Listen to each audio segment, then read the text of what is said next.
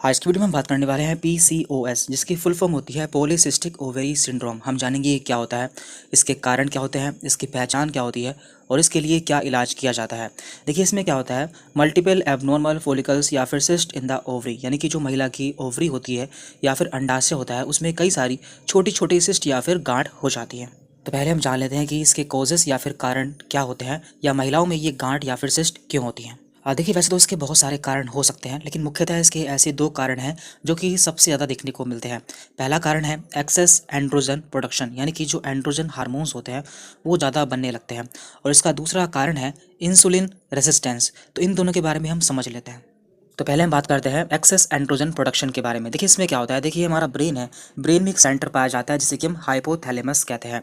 इस सेंटर से एक हार्मोन निकलता है जो कि है GnRH।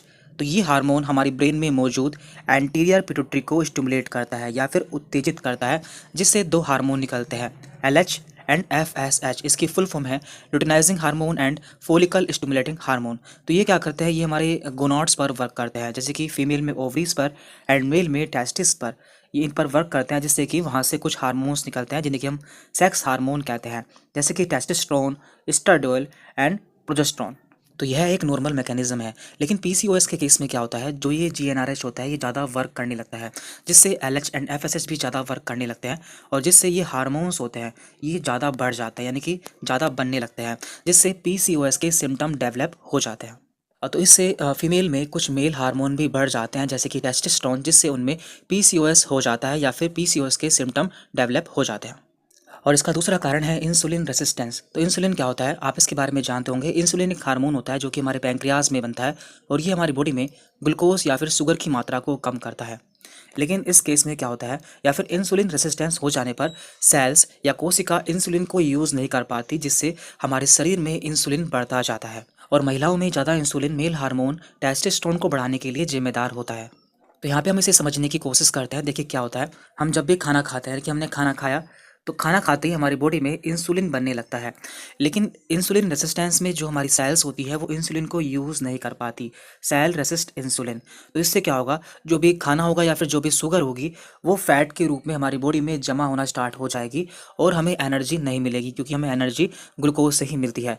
और हमें वापस से भूख लगेगी, जिससे हम ज़्यादा खाना खाएंगे, और हमारी बॉडी में इंसुलिन की मात्रा भी बढ़ती जाएगी और हम मोटे भी होते जाएंगे। देखिए जब भी हमारी बॉडी में इंसुलिन रेसिस्टेंस डेवलप हो जाता है तो हमारी स्किन पर कुछ लक्षण देखने को मिलते हैं। हमारी बॉडी में जहाँ भी फोल्डिंग्स होती है वहाँ से हमारी त्वचा ब्लैकिश या फिर वेलवेटी ब्राउन या ब्लैक हो जाती है। इस तरह से देखिए यहाँ पर गर्दन पर इनकी जो त्वचा है वो यहाँ पर ब्लैकिश हो चुकी है, और इस तरह से आपको जगह जगह पर ब्लैकिश स्किन देखने को मिल सकती है, जिससे हम जान सकते हैं कि इसे इंसुलिन रेसिस्टेंस हो चुका है। बात करते हैं इसके साइन एंड सिम्टम्स की, या फिर इसके लक्षण की, कि इसमें क्या क्या लक्षण देखने को मिलते हैं।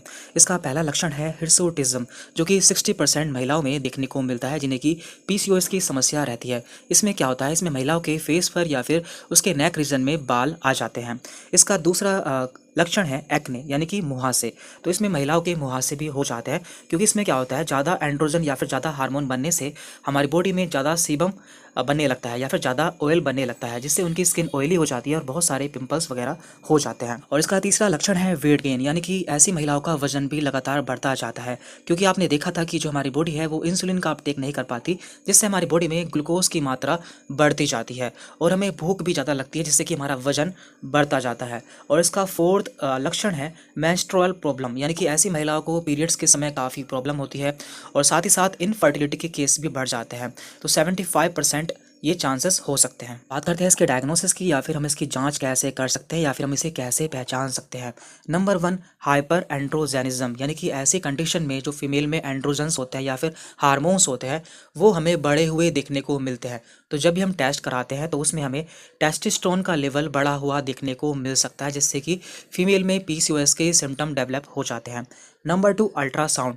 तो फीमेल का हम लोअर एब्डोमेन का अल्ट्रासाउंड करा सकते हैं, जिसमें कि हमें उसकी ओवरी में या फिर अंडाशय में गांठ दिखने को मिलती है।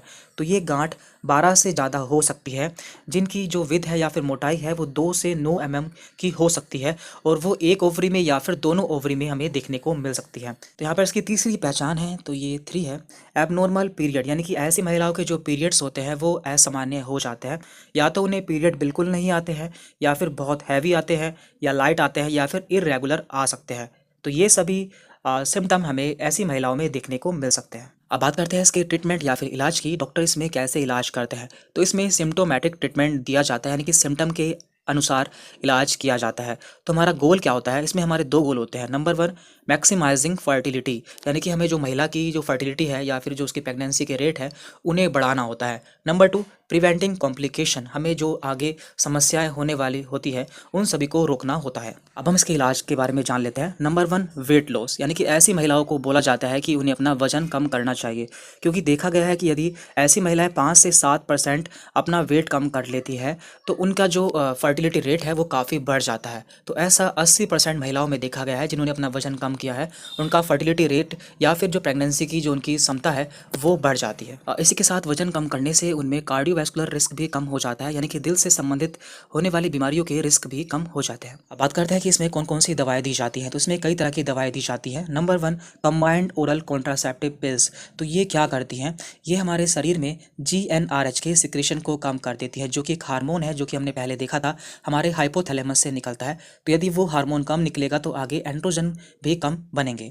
Number two, metformin. तो मेटफॉर्मिन दवा क्या करती है? ये हमारी बॉडी में इंसुलिन की मात्रा को कम कर देती है। एंड नंबर थर्ड है यहाँ पर एरोमेटेज इनहिबिटर्स या फिर लेट्रोजोल। तो इसका काम क्या होता है? ये हमारी बॉडी में ईस्ट्रोजन हार्मोन को कम कर देती हैं। तो ओवरऑल इस तरह का ट्रीटमेंट किया जाता है। बाकी कौन सी मेडिसिन देनी है, क्या इलाज करना है, ये डॉक्टर पेशेंट की कंडीशन के अकॉर्डिंग डिसाइड करता है।